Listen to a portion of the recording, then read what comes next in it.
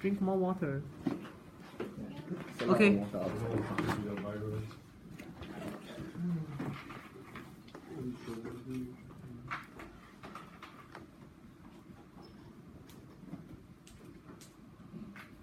Okay, let's continue.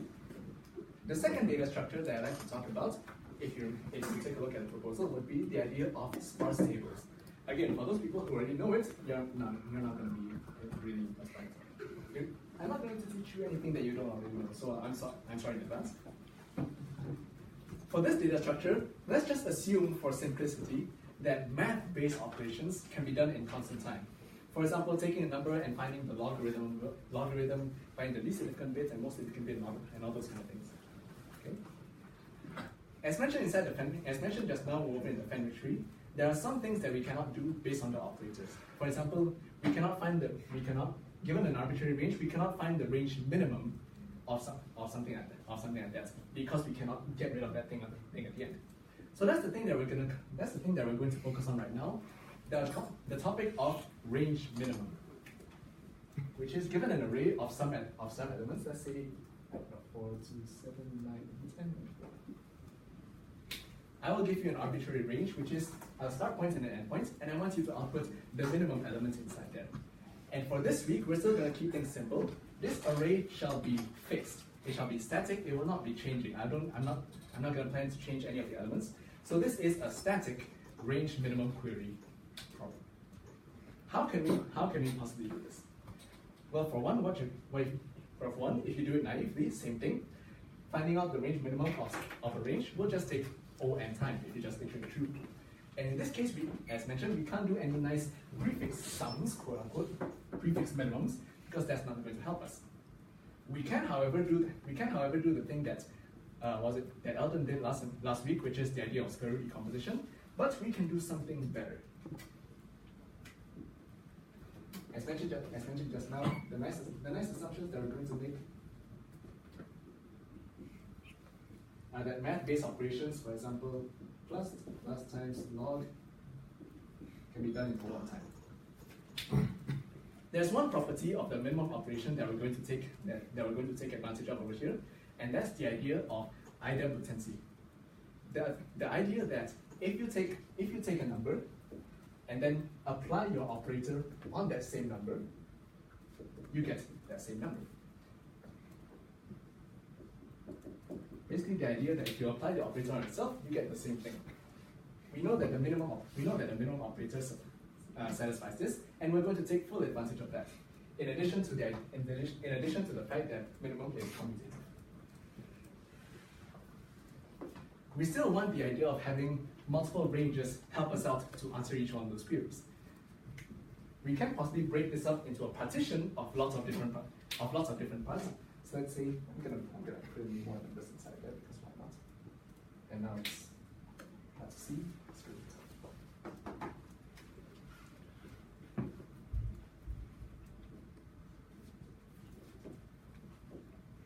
Right, we have 8 numbers over here. Same thing. Let's say our start index is this one, and our end index is, let's say, 1, 2, 3, 4. Right now we have a range of 6 elements. Now it is possible to take that range and then partition it into, let's say, these 4 elements and maybe these ones. If you can find the minimum of this, you can find the minimum of this, then we can just take these 2 and then find the minimum of them, and we're good to go. That's possible. But as mentioned just now, we'll take advantage of the idempotency and the the commutativity property of minimum. We don't need the intervals to be disjoint. We don't need it to be a partition, do we? What we can do is have 2 possibly overlapping intervals. So this interval has a minimum 0, this interval has a minimum 9. Can we use these 2 intervals to calculate the minimum of this interval we're looking for? Sure we can. We have the minimum of these 4 elements, you have the minimum of these 4 elements. Take the minimum of those 2, you will find the minimum among all the elements. At least all 6 of them. Which means, given any kind of range, if we can possibly split it up into a bunch of intervals such that their union is equal to the range we're looking for, then we're golden. So what are we going to do? Well, let's say I have something like this. initially I have my array. What I'm going to do is store the minimum of every, let's say, block of 2. Here we have 4, here we have 0, here we have 0, here we have 9, here we have 10, here we have 11, and here we have 12. Now, using these intervals, we can answer any query that's of size 1 just by looking at it, of any query of size 2 by finding out in this one, and any query of size 3. For example, let's say these 3 elements, because we have the minimum of these 2 and these 2, and they together form the interval 3. We can do it for 4 as well, but what about 5? For 5 it's a bit troublesome right now because we'll still need multiple intervals to do that. So let's take it one step further. So this relation, let's just say it's level 0 because each one of it is size 1. This shall be level 1 because each interval over here is of size 2. The next level, let's have each interval of size 4. In other words, for these 4 values, 4, 10, 0, 9, I'll store the minimum, which is 0. For the next 4, 10, 0, 9, 10, I'll store the minimum, which is also 0, and so on and so forth. The question now will be, how can you efficiently calculate each one of these intervals? Sorry, interval minimums. Just consider it. Yeah. We want to find the minimum of these four values. As mentioned just now, we already know how to do that really quickly because we have the minimum of these 2 and these 2. So just by looking one level above, take this 4, take the 0, take the minimum, you have 0. Same thing. Take this 0, take this 9, minimum is 0. Keep doing it. We have 0 as well. Keep doing it. And I'm a bit lost over here, but oh well. For 9, 10, 11, 12, we have this 9, we have this 11. The minimum of that shall be 9, and so on and so forth. So now we have a level 2 where we have the range minimum of every consecutive block of size 4. And we can keep on doing that for as much as we want. We can have level 3 that stores intervals of size 8, 16, 32, as large as we want until we eventually hit the size of the array itself. Now we can answer any range query based off of these levels. So let's say this thing over here, we have our start and we have our end. This is an interval of size 6. How can we easily calculate the minimum of this interval? Well, let's talk as mentioned just now. Because this is size 6, we can possibly use an interval of size 4 and another interval of size 4 because we already have that. So we'll find the interval of size 4 at index 1, and we'll take so let's say this one over here, and then we'll take an interval of size 4 that ends over there. From there we can find the minimum. The small question right now is, you know the size of this interval is, let's say, 6. How do you know which level you're supposed to go to? I heard it just now. Essentially, you just want to find the largest value, the largest power of 2, 1, 2, 4, 8, such that having 2 of those intervals is enough. And as mentioned just now by Matthew, if you take 6 and then represent it as 1, 1, 0 in binary, what you're essentially looking for is the most significant bit, which is right there. The most significant bit over here is at index 2, and that's exactly what we need. Go to index 2, which is level number 2. Those are the intervals that we need, and those are the intervals that will be sufficient to find out the range minimum. And since we assume that all these math operations, which is finding the most significant bits and all that, can take O1 time, this can run in O1 time. Any range, find the minimum in O1 time. Great. As to actually finding out how to find that most significant bit, if you're stuck with any standard language, what you can just do is you can take the logarithm of that value. You can take the logarithm of that value. It's 2. Then from there, what you're going to do is just floor it. If I'm not wrong, I hope I'm not wrong. It's either floor or ceiling or plus or what, plus 1 or minus 1. It's one of those things. One of those things will probably work, right? So just catch it. So So take that logarithm and then use it to int or whatever you need to do to find that index that you need. If you're working with a language, let's say C++, there may be some very low level hacking that you can do. For example, in C++, what you can do is called, you can find the number of leading zeros.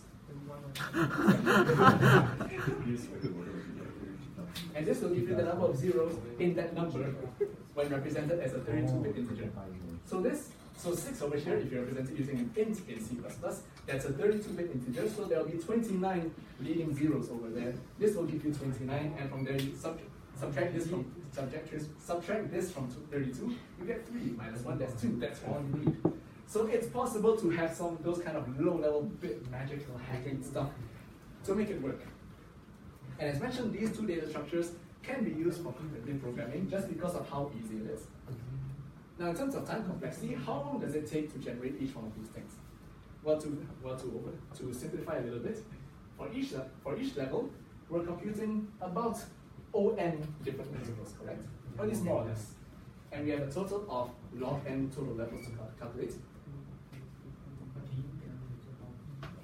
So the time complexity of generating and storing this sparse table will be O(n) log n.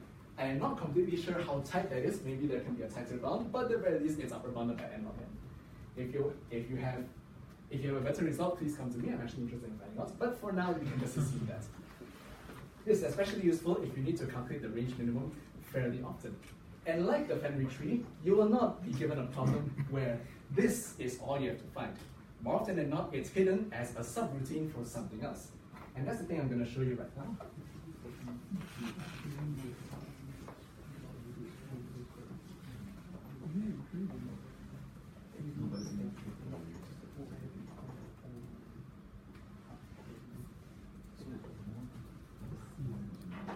In what kind of situation are you forced to calculate the range minimum multiple times? Well, here's one of them.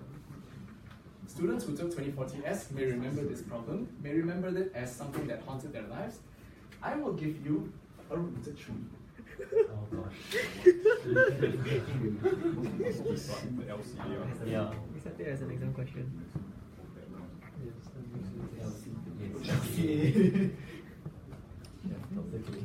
This is where you get your O(n) solution. What about O(n)? Sorry, right? Okay, so let's say I've given you a rooted tree. I did not say it's a binary tree, it's just a rooted tree. So this is initially what I give you, a rooted tree of n elements. Basically a tree of size n. And as mentioned just now, let's say you find it.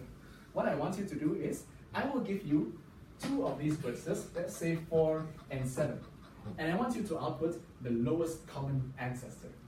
If that's a name that brings horror to your ears, too bad. So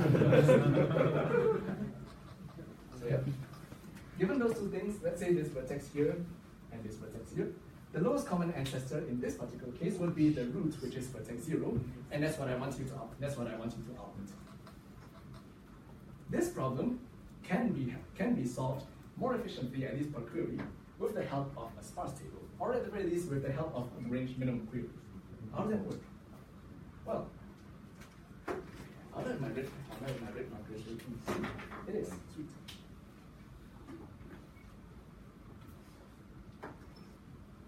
Now, for those people who took 2040S, this is not the same stringent conditions. You can access your parent this time. I'm not going to hold that against you.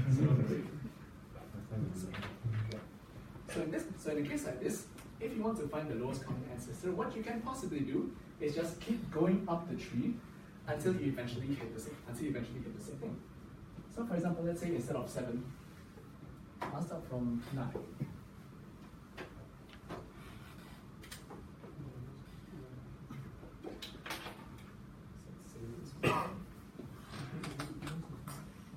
This is object 0, 1, 2, and 3. Initially, you have vertex 4 at depth number 2. You have vertex 9 at depth 3. What you can essentially do is just keep on going up their parents until you eventually hit your first parent, until you eventually coincide, and that is your least common ancestor. 9 is currently deeper, so let's just go up right now. We have 4 and 6. They're not the same, so go up one level. We have 1 and 5. That's not the same. Go up one level, and we have 0. That's great. That is our lowest common ancestor. But how can we possibly take this problem and make it better by the use of a range minimum query? Well, I can think of another. Here's another possible way to look at finding out the lowest common ancestor. This is a rooted tree, and just like any other tree, what can we possibly do? We'll know that between these two vertices, there is a unique path from this vertex to this vertex. So if you were to try and find a path from this vertex all the way there, it can go something like that. The lowest common ancestor is essentially the highest that you get within this path. Okay? So if you try and write it out, from 4 to 1 to 0 to 5 to 6 to 9, and find out their depths at each point. It goes from 2 to 1 to 0 to 1 to 3. This lowest value over here, that is your lowest common ancestor. And this is the main idea behind how we're going to use that. As mentioned just now, the sparse table only works for static range minimum query. So we need to have some array which is unchanging but can be used to find this thing. What we can do in this particular case to emulate something like that is to possibly traverse the tree. But not just any traversal. How about an in-order traversal? Because why not? Let's start from, sorry, not in-order, pre-order. How about a pre-order traversal? We'll start from 0, we'll go down. Let's write it out. We'll start from 0. We went down to 1. From there, we went down to 3, and then we backtracked back to 1. Okay. We went down to 3, and then we backtracked back to 1. Let's just keep that in mind. Same thing. You'll go down to 4. You'll backtrack and you'll backtrack. 4, and 1. And then you just keep on going as per usual. You go down to 2, you go back to 0, go back to 5, and then so on and so forth. 4, 1, 0, 2, and 0, and so on and so forth. From there, we have ourselves some sequence, and we can make use of this sequence. Same thing just now, we are concerned with the height or the depth of every one of these points. So initially, we start out with 0, 1, 2. Then we go back to 1. 2, go back to 1, 0, 1, 0, and so on and so forth. And now look, notice. Whenever I want to find the range, whenever I want to find the lowest common ancestor between any pair of these elements, let me just remove this red line.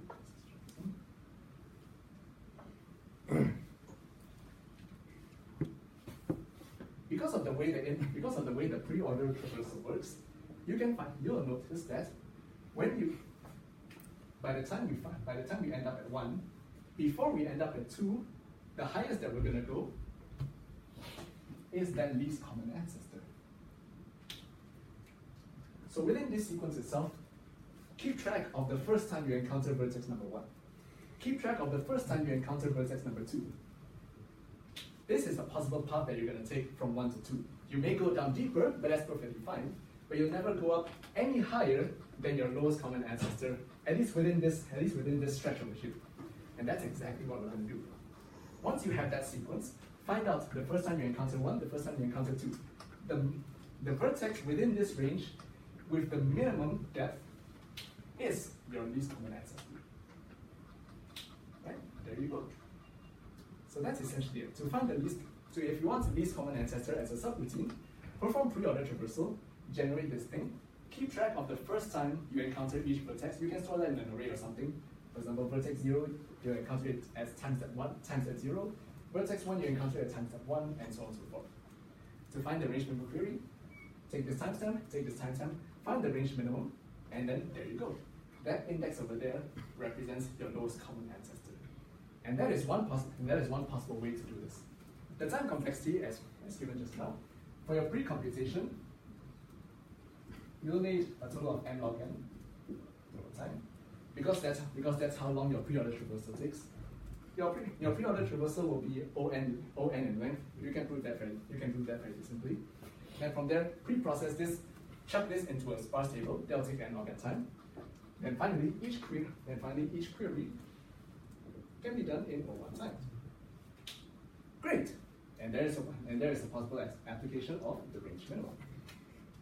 And this is actually the only question that I have off the top of my head for sparse tables. Unfortunately, I couldn't think of any. I couldn't remember any of the others. So as far as things goes, I think that is actually all I have for you today. Are there any questions with regards to sparse tables?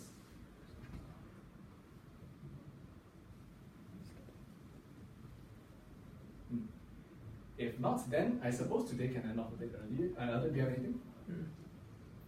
Okay. Thank you very much. I guess I'll see you all next week.